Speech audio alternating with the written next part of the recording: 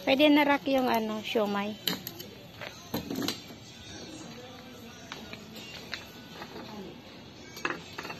Ibang klaseng siomay. Iba yan.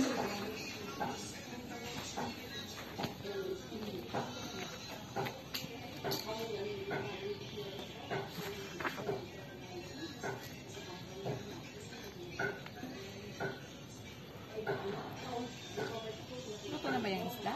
Hindi pa masyado.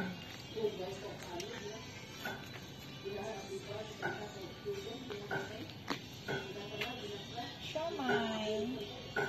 Sipon. Saka siomay.